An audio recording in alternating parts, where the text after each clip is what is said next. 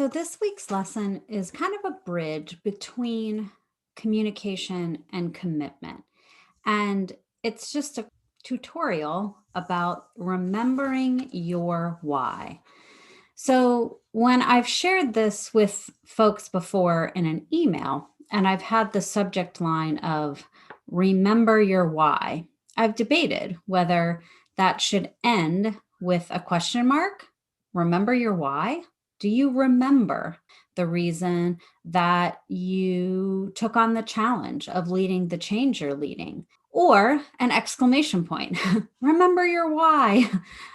Because I'm imploring you to get clear on the why for the change you're leading, your personal change story, and to fall back on that, to immerse yourself in it again every once in a while when things are feeling tough, when you're feeling overwhelmed, or when you're getting a lot of pushback from colleagues or peers or those outside your organization. When you just have one of those days where nothing seems to go right.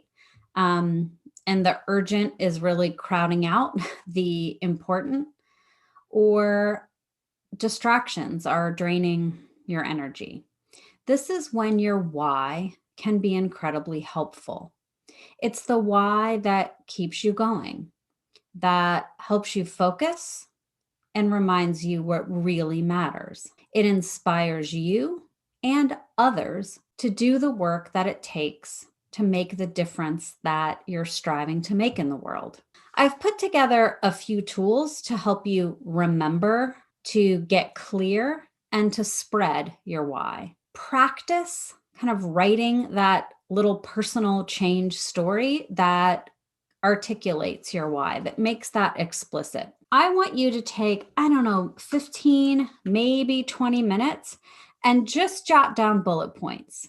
This is not great prose. This is not the perfect version.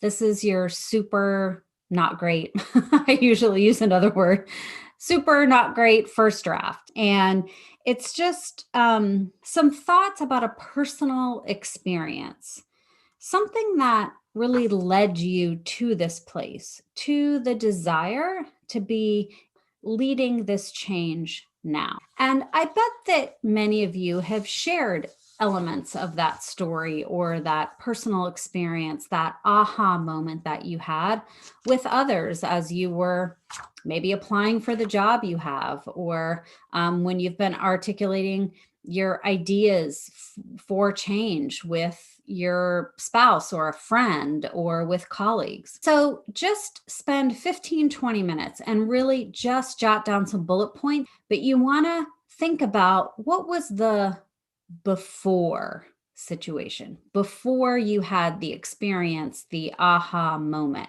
Who was involved? Close your eyes and picture it. Are there any objects or things in the space that you can see?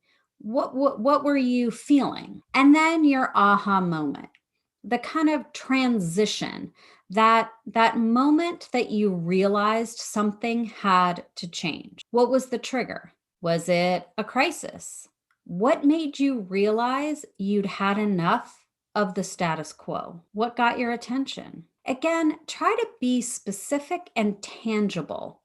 Jot down bullet points that actually put us in that moment with you. It can be funny too. And then what's the after? So once you had that aha, jot down some bullet points that describe the change you went through as a result of that trigger or that transitional moment. What new understanding or new choices did you come to on the other side of that? What did you learn? How are you different now? What new behaviors or attitudes did you adopt? And again, be concrete and specific.